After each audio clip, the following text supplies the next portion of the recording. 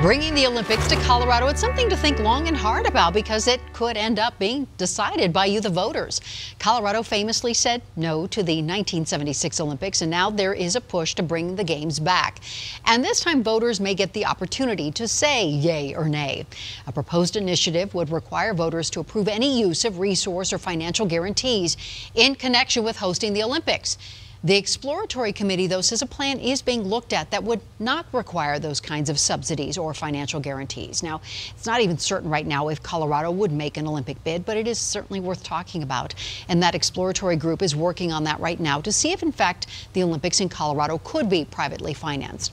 Unfortunately, we will not be hearing from them today. We invited members of that group to join our conversation on Politics Unplugged, and they declined. However, Tony Pigford was able to join us. He is with the NOlympics Committee. So we thank you for being here to talk about this topic that could be a big deal for Colorado.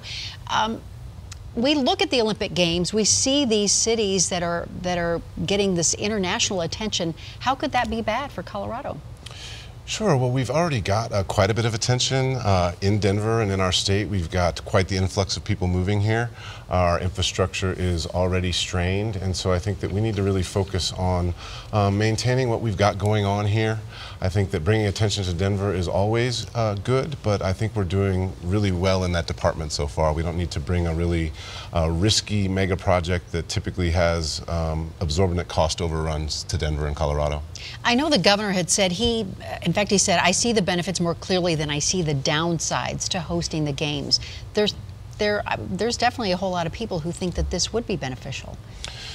Sure. Well, I think that if you look at hosting the Olympics, it's taking on the most costly and financially risky type of mega project. A lot of cities get strapped with cost overruns. The International Olympic Committee requires that cities sign a document that they will cover the cost overruns.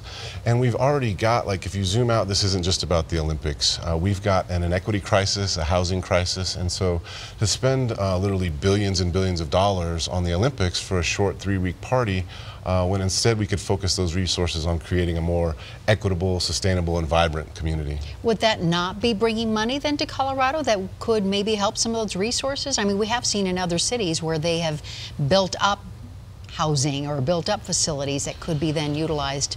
That's the exception. Los Angeles is the only time that they say that they've made a profit, and there were some benefits. If you look at the history of all the other times that the Olympics have been hosted, city, state, and federal taxpayers end up footing the bill. When you think about the increase in housing, we'd be talking about, you know, between 500 and 1,000 dorm-style units that could be converted into housing. We need 30,000 units right now. So it's a drop in the bucket. I think that the way to bring solid infrastructure and affordable housing to Denver and our region is just to build it. We don't need to bring the Olympics here in order to do those things. How would a vote work? How would this all happen? Sure. What we're trying to do is get it on the ballot in November here in Denver. We'd need just under 5,000 validated signatures from Denver voters, and then it would go to a vote. What we want to do is prevent the financial guarantees, prevent the use of any facilities, and also prevent the city from using any money to go forward for the bid without voter consent. The exploratory committee is saying this can all be privately funded and there wouldn't be any taxpayer money involved, and if that's the case, I don't see why there would be any issue with bringing this to the voters. So is there any scenario where you could see this working for Colorado, where you could see us hosting an Olympic Games that would be beneficial to all? Not in the near future. I would like to see us focus on the crisis level issues that we've got now, the housing issues, the homelessness issues. I think that if we were to tackle those issues and create a more equitable city, that would be the time that we would explore taking on a really financially risky mega project like the Olympics. I think it's the wrong project, the wrong event at the wrong time, and in the wrong region and city. Do you think this would ever be something that Denver could feasibly do or Colorado do? Possibly. Possibly. Maybe, you know, 20 or 30 years down the road, but not in the short or medium term. Because you just think we have too many infrastructure issues right now that Yes, need to be focused on. I think we've mismanaged our growth, whether it's traffic or housing or the homelessness issues, education. I think that we really need to focus on projects, and if we're going to do mega projects, they need to benefit the common good. The Olympics will benefit the very few corporations. Most people in Denver wouldn't be able to afford to even attend the Olympics, yet they would deal with the issues that came with bringing the Olympics here. All right, Tony Pickford with NOlympics. So thank you so much for being here. Thank you for having me. Really appreciate it. Thanks.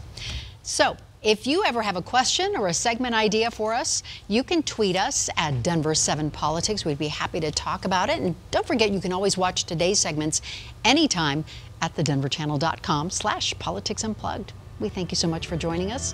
We will see you back here next Sunday for another edition of Politics Unplugged.